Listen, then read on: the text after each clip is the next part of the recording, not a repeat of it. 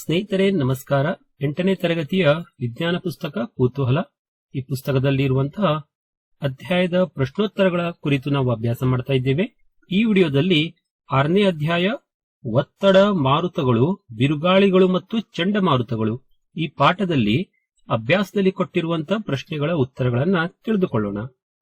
ಮೊದಲನೇ ಪ್ರಶ್ನೆ, ಸರಿಯಾದ ಹೇಳಿಕೆಯನ್ನು ಆರಿಸಿ ಅಂತ ಕೊಟ್ಟಿದ್ದಾರೆ. ಅದರಲ್ಲಿ ಮೊದಲನೇ ಪ್ರಶ್ನೆಯಲ್ಲಿ ಚಿತ್ರ 6.2 ಎಚ್ಚರಿಕೆಯಿಂದ ಗಮನಿಸಿ.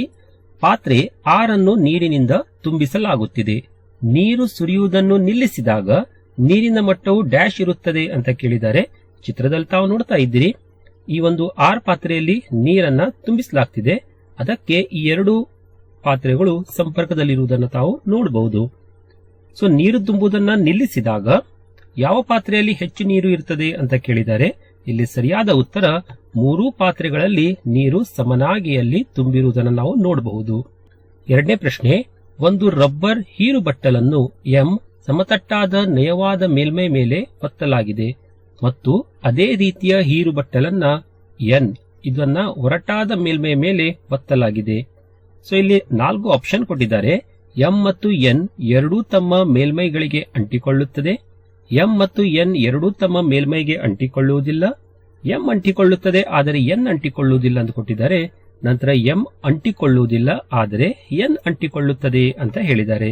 ಇಲ್ಲಿ ಸರಿಯಾದ ಉತ್ತರ ಎಂ ಅಂಟಿಕೊಳ್ಳುತ್ತದೆ ಆದರೆ ಎನ್ ಅಂಟಿಕೊಳ್ಳುವುದಿಲ್ಲ. ಕಾರಣ ಏನಂದ್ರೆ ಎಂ ಅನ್ನುವಂತ ಹೀರು ಬಟ್ಟಲು ಸಮತಟ್ಟಾದ ನಯವಾದ ಮೇಲ್ಮೈ ಮೇಲೆ ಒತ್ತಲಾಗ್ತಾ ಇದೆ, ಆದರೆ ಎನ್ ಹೀರು ಬಟ್ಟಲೇನಿದೆಯಲ್ಲ ಅದು ಒರಟಾದ ಮೇಲ್ಮೈ ಮೇಲೆ ಒತ್ತಲಾಗಿದೆ. ಮೂರನೇ ಪ್ರಶ್ನೆ, ಒಂದು ನೀರಿನ ತೊಟ್ಟಿಯನ್ನು ಕಟ್ಟಡದ ಮೇಲ್ಛಾವಣಿಯ ಮೇಲೆ ಎಚ್ ಎತ್ತರದಲ್ಲಿ ಇರಿಸಲಾಗಿದೆ. ನೆಲಮಹಡಿಯಲ್ಲಿ ಹೆಚ್ಚಿನ ಒತ್ತಡದೊಂದಿಗೆ ನೀರನ್ನು ಪಡೆಯಲು ಒಬ್ಬರು ಹೀಗೆ ಮಾಡಬೇಕು. ತೊಟ್ಟಿಯನ್ನು ಇರಿಸಲಾಗಿರುವ ಎತ್ತರ ಎಚ್ ಅನ್ನ ಹೆಚ್ಚಿಸಬೇಕು. ತೊಟ್ಟಿಯನ್ನು ಇರಿಸಲಾಗಿರುವ ಎತ್ತರ ಎಚ್ ಅನ್ನು ಕಡಿಮೆ ಮಾಡಬೇಕು. ಅಷ್ಟೇ ಎತ್ತರವಿರುವ ಆದರೆ ಅದಕ್ಕಿಂತ ಹೆಚ್ಚು ನೀರು ಹಿಡಿಯುವ ಮತ್ತೊಂದು ತೊಟ್ಟಿಯನ್ನು ಅಳವಡಿಸಬೇಕು. ಅಷ್ಟೇ ಎತ್ತರವಿರುವ ಆದರೆ ಕಡಿಮೆ ನೀರು ಹಿಡಿಯುವ ಮತ್ತೊಂದು ತೊಟ್ಟಿಯನ್ನ ಅಳವಡಿಸಬೇಕು ಅಂತ ಕೊಟ್ಟಿದ್ದಾರೆ. ಇಲ್ಲಿ ಸರಿಯಾದ ಉತ್ತರ ಹೈಟ್ ಅಥವಾ ಎತ್ತರವನ್ನ ಇಲ್ಲಿ ಹೆಚ್ಚಿಸಿದಾಗ ಒತ್ತಡದೊಂದಿಗೆ ನಾವಲ್ಲಿ ನೀರನ್ನ ಪಡಿಲಿಕ್ಕೆ ಸಹಾಯವಾಗ್ತದೆ. ನಾಲ್ಕನೇ ಪ್ರಶ್ನೆ, ಇಲ್ಲೊಂದು ಚಿತ್ರ ಕೊಟ್ಟಿದ್ದಾರೆ. ಚಿತ್ರ 6.22. ಇದರಲ್ಲಿ ತೋರಿಸಿರುವಂತೆ ಎ ಮತ್ತು ಬಿ ಎಂಬ 2 ಪಾತ್ರೆಗಳಲ್ಲಿ ಒಂದೇ ಮಟ್ಟದವರೆಗೆ ನೀರನ್ನು ತುಂಬಲಾಗಿದೆ. ಪಿ ಎ ಅಂದ್ರೆ ಇಲ್ಲಿ ಪ್ರೆಷರ್ ಎ ಮತ್ತು ಪ್ರೆಷರ್ ಬಿ ಎಂಬುದು ಪಾತ್ರೆಯ ತಳಭಾಗದಲ್ಲಿರುವಂತಹ ಒತ್ತಡವಾಗಿದೆ. ಎಫ್ ಎ ಮತ್ತು ಎಫ್ ಬಿ ಅಂದ್ರೆ ಇಲ್ಲಿ ಫೋರ್ಸ್ ಎಂಬುದು ಎ ಮತ್ತು ಬಿ ಪಾತ್ರೆಗಳ ಕೆಳಭಾಗದಲ್ಲಿರುವ ನೀರಿನಿಂದ ಉಂಟಾಗುವ ಬಲವಾಗಿದೆ.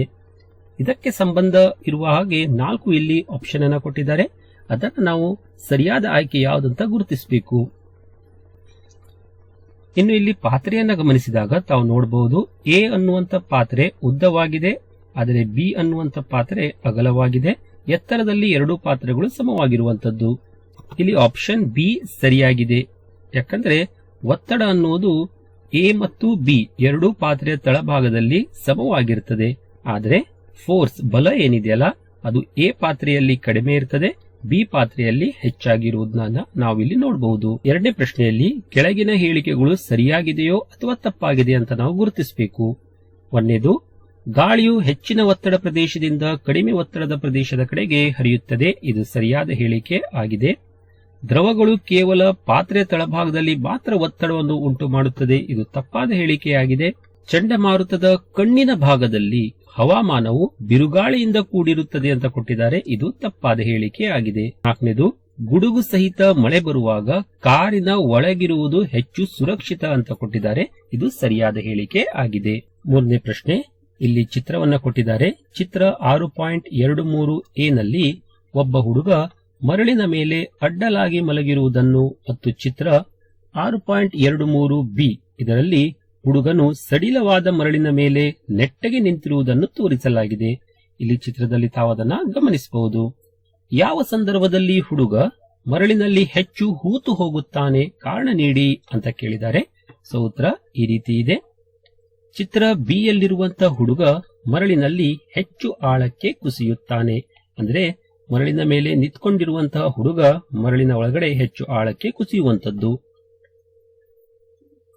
ಎರಡೂ ಸಂದರ್ಭಗಳಲ್ಲಿ ಅವನ ತೂಕ ಒಂದೇ ಆಗಿದ್ದರೂ ಕೂಡ ಚಿತ್ರ ಎದರಲ್ಲಿ ತೂಕವು ವಿಶಾಲವಾದ ಮೇಲ್ಮೈ ವಿಸ್ತೀರ್ಣದ ಮೇಲೆ ಹಂಚಿ ಹೋಗುವುದರಿಂದ ಮರಳಿನ ಮೇಲೆ ಒತ್ತಡ ಕಡಿಮೆ ಇರುತ್ತದೆ.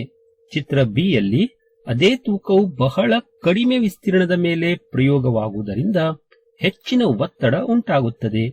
ಈ ಹೆಚ್ಚಿನ ಒತ್ತಡದಿಂದಾಗಿ ಚಿತ್ರ ಬಿದಲ್ಲಿರುವಂತಹ ಹುಡುಗ ಮರಳಿನ ಒಳಗಡೆ ಹೆಚ್ಚು ಆಳಕ್ಕೆ ಕುಸಿಯುತ್ತಾನೆ. ಆನೆಯು 4 ಕಾಲುಗಳ ಮೇಲೆ ನಿಂತಿದೆ. ಅದು ಒಂದು ಕಾಲಿನಿಂದ ಆವೃತವಾದ ಪ್ರದೇಶವು 0.25 ಮೀಟರ್ ಸ್ಕ್ವೇರ್ ಆಗಿದ್ದರೆ ಆನೆಯ ತೂಕವು 20,000 ನ್ಯೂಟನ್ ಆಗಿದ್ದಾಗ ನೆಲದ ಮೇಲೆ ಹಾಕುವ ಒತ್ತಡವನ್ನು ಲೆಕ್ಕಾಚಾರ ಮಾಡಿ ಅಂತ ಕೊಟ್ಟಿದ್ದಾರೆ. ಸೊ ಇದನ್ನ ಲೆಕ್ಕಾಚಾರ ಈ ರೀತಿ ಮಾಡಬೇಕಾಗತ್ತೆ. ನೆಲದ ಮೇಲೆ ಆನೆಯು ಪ್ರಯೋಗಿಸುವಂತ ಬಲವನ್ನ ಮೊದಲು ಬರ್ಕೊಳ್ಬೇಕು. ಅದು 20,000 ನ್ಯೂಟನ್ ಆಗಿದೆ. ಆನೆಯ 4 ಪಾದಗಳು ಆಕ್ರಮಿಸುವಂತ ನೆಲದ ವಿಸ್ತೀರ್ಣವನ್ನ ಬರ್ಕೊಳ್ಳೋಣ. ಒಂದು ಪಾದ ಆಕ್ರಮಿಸುವಂತ ವಿಸ್ತೀರ್ಣ 0.25 ಮೀಟರ್ ಸ್ಕ್ವೇರ್ ಆಗಿದೆ. 4 ಕಾಲುಗಳು ಅಂದ್ರೆ 1 ಮೀಟರ್ ಸ್ಕ್ವೇರ್ ಉತ್ತರ ಇಲ್ಲಿ ಬರ್ತದೆ. ನೆಲದ ಮೇಲೆ ಆನೆಯು ಉಂಟು ಮಾಡುವಂತಹ ಒತ್ತಡವನ್ನ ಬಲ ಭಾಗಿಸು ವಿಸ್ತೀರ್ಣ ಮಾಡಿದಾಗ ನಮಗೆ ಉತ್ತರ ಸಿಗುವಂತದ್ದು 20,000 ಭಾಗಿಸು 1 ಮಾಡಿದಾಗ ನಮಗೆ ಇಲ್ಲಿ 20,000 ಪಾಸ್ಕಲ್ ಒತ್ತಡ ನಮಗೆ ಇಲ್ಲಿ ಉತ್ತರ ಸಿಗ್ತಾ ಇದೆ. 5ನೇ ಪ್ರಶ್ನೆ, ಎ ಮತ್ತು ಬಿ ಎಂಬ 2 ದೋಣಿಗಳಿವೆ. ದೋಣಿ ಎ ಯ ತಳಭಾಗದ ವಿಸ್ತೀರ್ಣ 7 ಮೀಟರ್ ಸ್ಕ್ವೇರ್ ಆಗಿದ್ದು ಅದರಲ್ಲಿ 5 ಜನರು ಕುಳಿತಿದ್ದಾರೆ. ದೋಣಿ ಬಿ ಯ ತಳಭಾಗದ ವಿಸ್ತೀರ್ಣ 3.5 ಮೀಟರ್ ಸ್ಕ್ವೇರ್ ಆಗಿದ್ದು ಮತ್ತು ಅದರಲ್ಲಿ 3 ಜನರು ಕುಳಿತಿದ್ದಾರೆ. ಪ್ರತಿಯೊಬ್ಬ ವ್ಯಕ್ತಿಯು 700 ನ್ಯೂಟನ್ ತೂಕವನ್ನು ಹೊಂದಿದ್ದರೆ ಯಾವ ದೋಣಿಯು ತನ್ನ ತಳಭಾಗದಲ್ಲಿ ಹೆಚ್ಚು ಒತ್ತಡವನ್ನು ಅನುಭವಿಸುತ್ತದೆ ಮತ್ತು ಎಷ್ಟು ಹೆಚ್ಚಾಗಿದೆ ಅನ್ನೋದನ್ನ ಲೆಕ್ಕಾಚಾರ ಮಾಡಬೇಕು. ಇದನ್ನ ಈ ರೀತಿ ಲೆಕ್ಕಾಚಾರ ಮಾಡಬೇಕು. ದೋಣಿ ಎ ಇದರ ತಳದ ಮೇಲೆ ಬೀರುವ 5 ವ್ಯಕ್ತಿಗಳ ತೂಕದ ಬಲ ಅಂದ್ರೆ 5 ಗುಣಿಸು 700, ಇದು 3500 ನ್ಯೂಟನ್ ಆಗಿರುತ್ತದೆ. ಎನ್ ದೋಣಿಯ ಎ ತಳದ ವಿಸ್ತೀರ್ಣ 7 ಮೀಟರ್ ಸ್ಕ್ವೇರ್ ಆಗಿರುವುದರಿಂದ ದೋಣಿ ಎ ಯ ತಳದ ಮೇಲೆ ಉಂಟಾಗುವ ಒತ್ತಡ ಬಲ ಭಾಗಿಸು ವಿಸ್ತೀರ್ಣ ಅಂದ್ರೆ 3500 ಭಾಗಿಸು 7 ಮಾಡಿದಾಗ 500 ಪಾಸ್ಕಲ್ ಅನ್ನುವಂತ ಒತ್ತಡ ಉತ್ತರ ಇಲ್ಲಿ ಸಿಗ್ತಾ ಇದೆ. ಇನ್ನು ಬಿ ಯ ಒಂದು ತಳದ ಮೇಲೆ ಬೀರುವ 3 ವ್ಯಕ್ತಿಗಳ ತೂಕದ ಬಲ 3 ಗುಣಿಸು 700 ನ್ಯೂಟನ್, ಇದು 2100 ನ್ಯೂಟನ್ ಆಗಿದೆ. ಬಿ ದೋಣಿಯ ತಳದ ವಿಸ್ತೀರ್ಣ 3.5 ಮೀಟರ್ ಸ್ಕ್ವೇರ್ ಆಗಿದೆ. ಅದೇ ಸೂತ್ರವನ್ನ ಇಲ್ಲೂ ಕೂಡ ಬಳಕೆ ಮಾಡಬೇಕು. 2100 ಭಾಗಿಸು 3.5 ಮಾಡಿದಾಗ 600 ಪಾಸ್ಕಲ್ ಅನ್ನುವಂತ ಒತ್ತಡದ ಆನ್ಸರ್ ಇಲ್ಲಿ ಸಿಗ್ತಾ ಇದೆ. ಆದ್ದರಿಂದ ದೋಣಿ ಬಿಯು ತನ್ನ ತಳದ ಮೇಲೆ 100 ಪಾಸ್ಕಲ್ನಷ್ಟು ಹೆಚ್ಚಿನ ಒತ್ತಡವನ್ನ ಅನುಭವಿಸುತ್ತದೆ. ಒಂದು ವೇಳೆ ಗಾಳಿ ಮತ್ತು ಮೋಡಗಳು ವಿದ್ಯುತ್ ಶಕ್ತಿಯ ಉತ್ತಮ ವಾಹಕಗಳಾಗಿದ್ದರೆ ಮಿಂಚು ಉಂಟಾಗುತ್ತಿತ್ತೇ ಅನ್ನುವಂತ ಪ್ರಶ್ನೆ ಇದೆ. ನಿಮ್ಮ ಉತ್ತರಕ್ಕೆ ಕಾರಣಗಳನ್ನು ನೀಡಿ ಅಂತ ಹೇಳಿದ್ದಾರೆ. ಗಾಳಿ ಮತ್ತು ಮೋಡಗಳು ವಿದ್ಯುತ್ನ ಉತ್ತಮ ವಾಹಕಗಳಾಗಿದ್ದರೆ ಮೋಡಗಳಲ್ಲಿ ವಿದ್ಯುತ್ ಆವೇಶಗಳು ಶೇಖರಣೆಯಾಗಲು ಅಥವಾ ಸಂಗ್ರಹ ಆಗಲು ಸಾಧ್ಯವಾಗುತ್ತಿರಲಿಲ್ಲ, ಏಕೆಂದರೆ ಅವು ತ್ವರಿತವಾಗಿ ಗಾಳಿಯಲ್ಲಿ ಹರಿದು ಹೋಗುತ್ತಿದ್ದವು. ಹೀಗೆ ಆವೇಶಗಳು ಶೇಖರಣೆಯಾಗದಿದ್ದರೆ ಸಿಡಿಲು ಉಂಟಾಗಲು ಸಾಧ್ಯವಾಗುತ್ತಿರಲಿಲ್ಲ. ಆದ್ದರಿಂದ ಗಾಳಿ ಮತ್ತು ಮೋಡಗಳು ವಿದ್ಯುತ್ತನ್ನು ಚೆನ್ನಾಗಿ ಪ್ರವಹಿಸುತ್ತಿದ್ದರೆ ಸಿಡಿಲು ಸಂಭವಿಸಲು ಸಾಧ್ಯವಿಲ್ಲ ಅಂತ ಉತ್ತರ ಬರಿಬೇಕು. 7ನೇ ಪ್ರಶ್ನೆ, ಚಿತ್ರ 6.24ರಲ್ಲಿ ತೋರಿಸಿರುವಂತೆ ಒಂದು ಬಾಟಲಿಯಲ್ಲಿ ನಿರ್ದಿಷ್ಟ ಎತ್ತರದವರೆಗೆ ನೀರನ್ನು ತುಂಬಿಸಿದಾಗ 2 ಒಂದೇ ರೀತಿಯ ಬಲೂನ್ಗಳಾದ ಎ ಮತ್ತು ಬಿ ಇವುಗಳಿಗೆ ಏನಾಗುತ್ತದೆ? 2 ಬಲೂನ್ಗಳು ಉಬ್ಬುತ್ತದೆಯೇ? ಒಂದು ವೇಳೆ ಹೌದಾದರೆ ಅವು ಸಮಾನವಾಗಿ ಉಬ್ಬುತ್ತದೆಯೇ ಅನ್ನುವಂತ ಉತ್ತರವನ್ನು ತಾವಿಲ್ಲಿ ವಿವರಿಸಬೇಕು. ಸೊ ಚಿತ್ರ ತಾವು ನೋಡ್ತಾ ಇದ್ದೀರಿ, ಇಲ್ಲಿ 2 ಬಲೂನ್ಗಳು ಇದೆ. ಇಲ್ಲಿಂದ ನೀರನ್ನ ಬಾಟಲಿ ಒಳಗಡೆ ಹಾಕಲಾಗ್ತಾ ಇದೆ. ಸೊ ಉತ್ತರ ಈ ರೀತಿ ಇದೆ. ಬಲೂನ್ಗಳನ್ನು ಜೋಡಿಸಿರುವ ಬಿಂದುಗಳಿಗಿಂತ ಸಾಕಷ್ಟು ಮೇಲ್ಮಟ್ಟದವರೆಗೆ ಬಾಟಲಿಯಲ್ಲಿ ನೀರನ್ನು ಸುರಿಸಿದಾಗ 2 ಬಲೂನ್ಗಳು ಹಿಗ್ಗುತ್ತವೆ. ನೀರು ಒಂದೇ ಎತ್ತರದಿಂದ 2 ಬಲೂನ್ಗಳನ್ನು ಪ್ರವೇಶಿಸುವುದರಿಂದ ಅವುಗಳ ಮೇಲೆ ಬೀರುವ ಒತ್ತಡ ಸಮಾನವಾಗಿರುತ್ತದೆ. ಬಲೂನ್ಗಳು ಸ್ಥಿತಿಸ್ಥಾಪಕ ಗುಣವನ್ನು ಹೊಂದಿರುತ್ತವೆ. ಅವು ಒಂದೇ ರೀತಿಯ ಸ್ಥಿತಿಸ್ಥಾಪಕವನ್ನು ಹೊಂದಿದ್ದರೆ ಅವು ಸಮಾನವಾಗಿ ಹಿಗ್ಗುತ್ತದೆ ಮತ್ತು ಒಂದೇ ಪ್ರಮಾಣದಲ್ಲಿ ಉಬ್ಬುತ್ತದೆ ಅಂತ ಉತ್ತರ ಇಲ್ಲಿ ಬರಿಬೇಕು. 8ನೇ ಪ್ರಶ್ನೆ, ಮಾರುತವು ಚಂಡಮಾರುತವಾಗಿ ಹೇಗೆ ಬದಲಾಗುತ್ತದೆ ಎಂಬುದನ್ನು ವಿವರಿಸಿ ಅಂತ ಕೊಟ್ಟಿದ್ದಾರೆ. ಸೊ ಉತ್ತರ, ಚಂಡಮಾರುತಗಳು ಬೆಚ್ಚಗಿನ ಸಾಗರದ ನೀರಿನ ಮೇಲೆ ಉಂಟಾಗುವ ಪ್ರಬಲ ಬಿರುಗಾಳಿಯಾಗಿದೆ. ಸಾಗರದ ನೀರು ಬಿಸಿಯಾದಂತೆ ಅದರ ಮೇಲಿರುವ ಗಾಳಿಯು ಬೆಚ್ಚಗಾಗುವ ಹಾಗೂ ತೇವಾಂಶ ಭರಿತವಾಗುವ ಜೊತೆಗೆ ಮೇಲಕ್ಕೆ ಏರಲು ಪ್ರಾರಂಭಿಸುತ್ತದೆ. ಎತ್ತರದ ಪ್ರದೇಶಗಳಲ್ಲಿ ಈ ಗಾಳಿಯಲ್ಲಿರುವ ನೀರಾವಿಯು ಸಾಂದ್ರೀಕರಣಗೊಂಡು ಮಳೆ ಹನಿಗಳಾಗಿ ಪರಿವರ್ತನೆಗೊಳ್ಳುತ್ತದೆ. ಸಾಂದ್ರೀಕರಣವು ಸಂಭವಿಸಿದಾಗ ವಾತಾವರಣಕ್ಕೆ ಉಷ್ಣತೆಯು ಬಿಡುಗಡೆಯಾಗಿ ಗಾಳಿಯನ್ನು ಇನ್ನಷ್ಟು ಬೆಚ್ಚಗಾಗಿಸುತ್ತದೆ.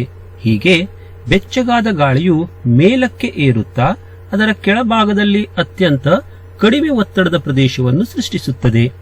ಈ ಸ್ಥಳವನ್ನು ತುಂಬಲು ಸುತ್ತಮುತ್ತಲಿನ ಪ್ರದೇಶಗಳಿಂದ ಗಾಳಿಯು ವೇಗವಾಗಿ ಧಾವಿಸಿ ಬರುತ್ತದೆ ಮತ್ತು ಮೇಲಕ್ಕೆ ಏರಲು ಪ್ರಾರಂಭಿಸುತ್ತದೆ. ಭೂಮಿಯ ಪರಿಭ್ರಮಣೆಯ ಕಾರಣದಿಂದಾಗಿ ಚಲಿಸುವ ಗಾಳಿಯು ಸುಳಿಯಂತೆ ತಿರುಗಲು ಆರಂಭಿಸುತ್ತದೆ. ಈ ಪ್ರಕ್ರಿಯೆಯು ಪುನರಾವರ್ತನೆಗೊಳ್ಳುತ್ತಾ ಪ್ರಬಲವಾದ ಹಾಗೂ ಸುಳಿಯಂತೆ ತಿರುಗುವ ಗಾಳಿಯೊಂದಿಗೆ ತೀವ್ರವಾದ ಕಡಿಮೆ ಒತ್ತಡದ ವಲಯವನ್ನು ರೂಪಿಸುತ್ತದೆ. ಮೋಡಗಳು, ಗಾಳಿ ಮತ್ತು ಮಳೆಯನ್ನೊಳಗೊಂಡ ಈ ಸುಳಿಯಂತ ವ್ಯವಸ್ಥೆಯನ್ನೇ ನಾವು ಚಂಡಮಾರುತ ಅಂತ ಕರಿತೇವೆ. ಪ್ರಶ್ನೆ: ಬೇಸಿಗೆಯ ಮಧ್ಯಾಹ್ನದ ಸಮುದ್ರ ತೀರದಲ್ಲಿರುವ ಮರಗಳನ್ನು ಚಿತ್ರ 6.25ರಲ್ಲಿ ತೋರಿಸಲಾಗಿದೆ. ಇದರಲ್ಲಿ ಯಾವುದು ಭೂಮಿಯ ಭಾಗ ಎಂದು ಗುರುತಿಸಿ ಎ ಅಥವಾ ಬಿ ನಿಮ್ಮ ಉತ್ತರವನ್ನು ವಿವರಿಸಿ. ಇಲ್ಲಿ ತಾವು ನೋಡ್ತಾ ಇದ್ದೀರಿ, ಮರಗಳು ಏನತ್ತ ವಾಲಿದೆ. ಇಲ್ಲಿ ಎ ಅಂತ ಬರೆದಿದ್ದಾರೆ, ಇಲ್ಲಿ ಬಿ ಅಂತ ಇದೆ. ಉತ್ತರ ಈ ರೀತಿ ಇದೆ. ಬೇಸಿಗೆಯ ಮಧ್ಯಾಹ್ನದ ಸಮಯದಲ್ಲಿ ಸಮುದ್ರದಿಂದ ಭೂಮಿಯ ಕಡೆಗೆ ಸಮುದ್ರದ ಗಾಳಿ ಬೀಸುತ್ತದೆ. ಭೂಮಿಯು ಹೆಚ್ಚು ವೇಗವಾಗಿ ಬಿಸಿಯಾಗುವುದರಿಂದ ಅದರ ಮೇಲಿರುವಂತಹ ಗಾಳಿ ಮೇಲಕ್ಕೆ ಏರಿ ಅಲ್ಲಿ ಕಡಿಮೆ ಒತ್ತಡದ ಪ್ರದೇಶವನ್ನು ಉಂಟುಮಾಡುತ್ತದೆ. ಆಗ ಸಮುದ್ರದ ಮೇಲಿರುವ ತಂಪಾದ ಗಾಳಿಯು, ಅಂದರೆ ಅಧಿಕ ಒತ್ತಡದಲ್ಲಿರುವ ಗಾಳಿಯು ಆ ಸ್ಥಳವನ್ನು ತುಂಬಲು ಅಲ್ಲಿಗೆ ಚಲಿಸುತ್ತದೆ. ಬಿಯಿಂದ ಎ ಕಡೆಗೆ ಬಾಗಿರುವ ಮರಗಳು ಗಾಳಿಯು ಬಿಯಿಂದ ಎ ಕಡೆಗೆ ಬೀಸುತ್ತಿದೆ ಎಂಬುದನ್ನು ಇಲ್ಲಿ ಸೂಚಿಸ್ತಾ ಇದೆ. ಇದರ ಅರ್ಥ ಎ ಭಾಗವು ಭೂಮಿಯನ್ನ ಪ್ರತಿನಿಧಿಸುತ್ತದೆ. ಮತ್ತೆ ಪ್ರಶ್ನೆ: ಗಾಳಿಯು ಹೆಚ್ಚಿನ ಒತ್ತಡ ಪ್ರದೇಶದಿಂದ ಕಡಿಮೆ ಒತ್ತಡದ ಪ್ರದೇಶಕ್ಕೆ ಹರಿಯುತ್ತದೆ ಎಂದು ತೋರಿಸಲು ಒಂದು ಚಟುವಟಿಕೆಯನ್ನ ವಿವರಿಸಿ ಅಂತ ಹೇಳಿದ್ದಾರೆ. ಈ ಚಟುವಟಿಕೆಯನ್ನ ಮಾಡಲಿಕ್ಕೆ ಅಗತ್ಯವಿರುವ ಸಾಮಗ್ರಿಗಳು ಅಂದ್ರೆ ಒಂದೇ ರೀತಿಯ 2 ತೆಳುವಾದ ರಬ್ಬರ್ ಬಲೂನ್ಗಳು, ಕುಡಿಯುವ ಸ್ಟ್ರಾ ಮತ್ತು ಸ್ವಲ್ಪ ದಾರ ಬೇಕಾಗ್ತದೆ. ಸೊ ಪ್ರಯೋಗ ಮಾಡುವಂತ ವಿಧಾನ ಈ ರೀತಿ ಇದೆ. ಸ್ಟ್ರಾದ ಒಂದು ತುದಿಯನ್ನು ಖಾಲಿ ಬಲೂನ್ ಒಳಗಡೆ ಸೇರಿಸಿ ಅದನ್ನು ದಾರದಿಂದ ಬಿಗಿಯಾಗಿ ಕಟ್ಟಬೇಕು. ಎರಡನೇ ಬಲೂನ್ ಅನ್ನು ಊದಬೇಕು.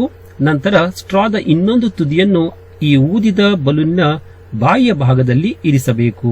ಗಾಳಿ ಹೊರಹೋಗದಂತೆ ದಾರದಿಂದ ಭದ್ರವಾಗಿ ಕಟ್ಟಬೇಕು. ಇದರಿಂದ ಕಂಡುಬರುವಂತಹ ವೀಕ್ಷಣೆಗಳು ಅಂದರೆ, ಗಾಳಿ ತುಂಬಿದ ಬಲೂನ್ನಿಂದ ಸ್ವಲ್ಪ ಗಾಳಿಯು ಖಾಲಿ ಬಲೂನ್ನ ಒಳಗಡೆ ಹರಿಯುತ್ತದೆ. ಇದರಿಂದ ಎರಡೂ ಬಲೂನ್ಗಳ ಗಾತ್ರದಲ್ಲಿ ಬದಲಾವಣೆ ಉಂಟಾಗುತ್ತದೆ. ಸ್ವಲ್ಪ ಸಮಯದ ನಂತರ ಅವು ಬಹುತೇಕ ಒಂದೇ ಗಾತ್ರವನ್ನು ಪಡೆಯುತ್ತದೆ ಮತ್ತು ಗಾಳಿಯ ಹರಿವು ನಿಲ್ಲುತ್ತದೆ. ಇದರ ತೀರ್ಮಾನ ಏನೆಂದರೆ, ಆರಂಭದಲ್ಲಿ ಗಾಳಿ ತುಂಬಿದಂತಹ ಬಲೂನ್ನಲ್ಲಿ ಹೆಚ್ಚಿನ ಒತ್ತಡದ ಗಾಳಿ ಇರುತ್ತದೆ, ಆದರೆ ಗಾಳಿ ತುಂಬದ ಬಲೂನ್ನಲ್ಲಿ ಕಡಿಮೆ ಒತ್ತಡ ಇರುತ್ತದೆ.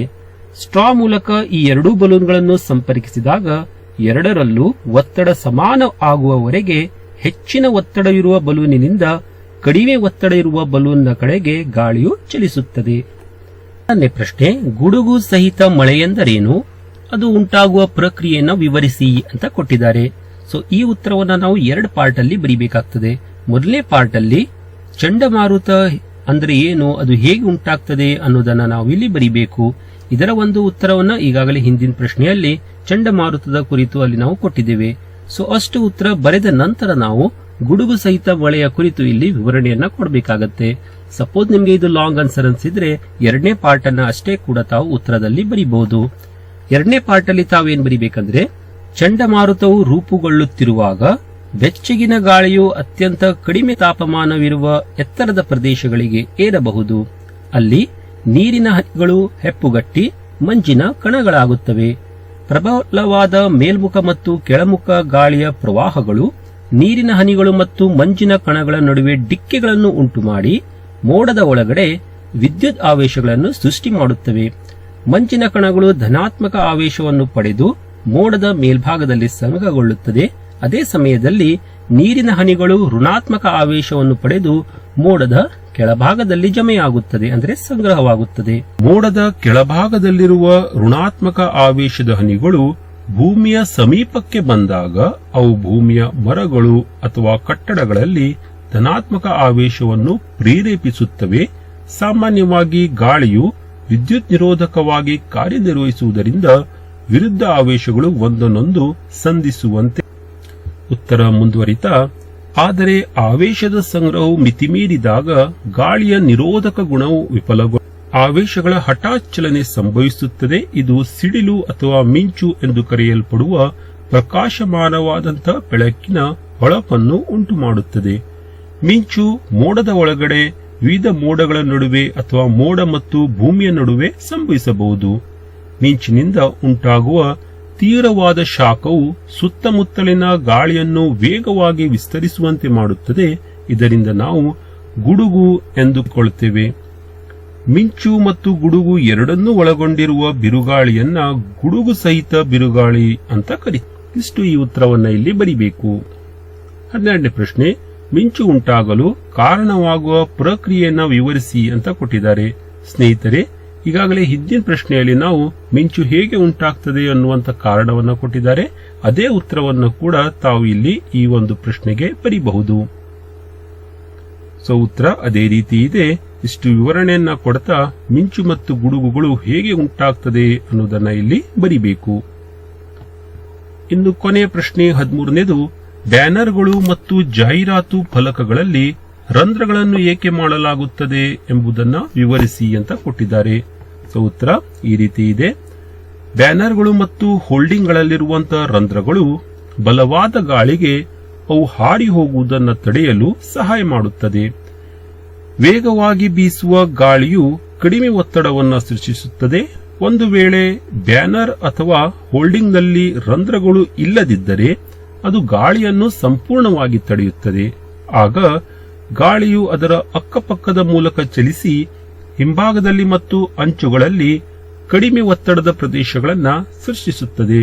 ಅದೇ ಸಮಯದಲ್ಲಿ ಗಾಳಿಯನ್ನು ಎದುರಿಸುತ್ತಿರುವ ಮುಂಭಾಗವು ಹೆಚ್ಚಿನ ಒತ್ತಡದ ಪ್ರದೇಶವಾಗಿ ಉಳಿಯುತ್ತದೆ.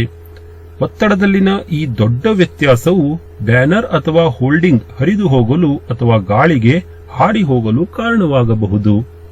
ರಂಧ್ರಗಳಿದ್ದಾಗ ಗಾಳಿಯು ಪರಿಣಾಮವಾಗಿ ಬ್ಯಾನರ್ ಅಥವಾ ಹೋಲ್ಡಿಂಗ್ ಹೆಚ್ಚು ಭದ್ರವಾಗಿ ತನ್ನ ಸ್ಥಾನದಲ್ಲಿ ಉಳಿದುಕೊಳ್ಳುತ್ತದೆ.